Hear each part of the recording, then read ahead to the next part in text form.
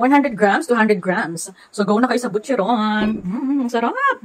Ito na nga yung trending na butcheron.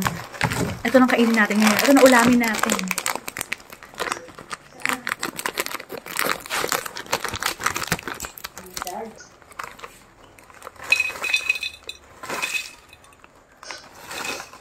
Hindi siya mga mami. For the ulam na natin ito ngayon.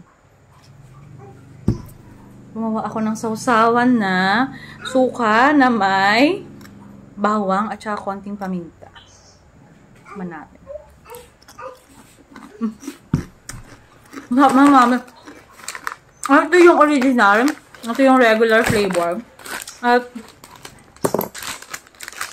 ito yung spicy. Paubos na naman yung spicy. Butcheron niya.